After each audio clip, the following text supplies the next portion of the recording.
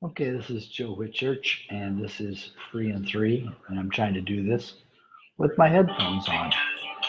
And I am listening to music by Gator, and he gave me space to do a little synthesized flute solo.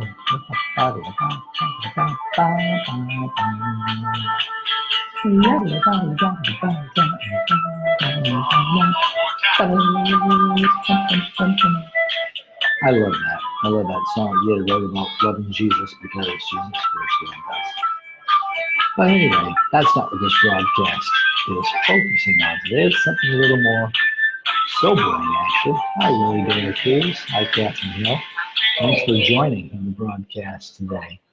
Yeah, I'm supposed to make my Free and Threes on Tuesday, but here it is Friday. I'm just getting to it. Been out of town up at Traverse City, Michigan, doing new staff training with Ratio Christie. It was a blast. But you probably wonder, what am I going to focus on today? And it's a short, sobering passage towards the end of Matthew's Gospel. It's actually chapter 26, I believe, around verse 30. No, it's verse 31. It goes like this. Jesus told his disciples, "This very night you will all fall away on account of me." And he quotes a passage from Zechariah 13:7, which indicates a similar context where the shepherd is stricken and all the sheep scattered. Anyway, Kathy Castor, great to have you dropping in as well, from Canada perhaps.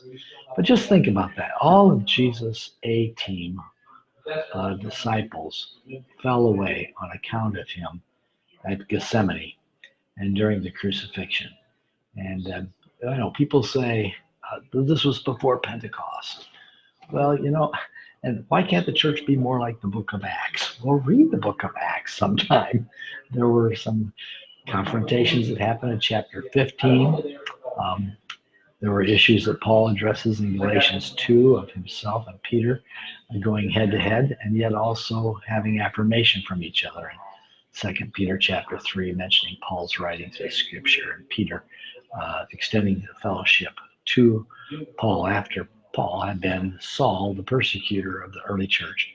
But I just think it's important for us to remember that we are vulnerable and that all of us can, in a moment, fall away from our first love as well, and just to keep our spiritual life alive by being in Scripture every day, by having close friends that aren't just yes men and yes women, but will speak truth to us in love and in prayer, and yes, even in sharing our faith. One of the highlights for me about the time at Traverse City was taking out these new apologists on the beach at Traverse City to share our faith with people in a conversive, open question dialogue kind of way. It was a blast. We got to share with Kim and I got to share with a couple of ladies from Zimbabwe, and also a couple from New York City via India. I had a chance to pray with one for their son, and then she called the rest of her family. We prayed for them as well. But yeah, I just think it's important to realize that we all have feet of clay and are very vulnerable, and that we love Jesus because he first loved us, and that's important. It's a good theme in Gator's song. It's a good theme for our Free and Three today.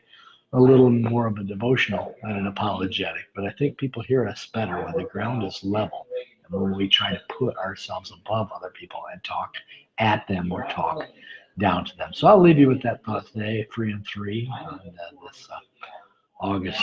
And colleges are starting soon, so hold us up in prayer. We certainly always appreciate your prayer support. Hi, Vicki Walker. Great to have you on the call, too. Hey, great to see y'all. Take care, and God bless.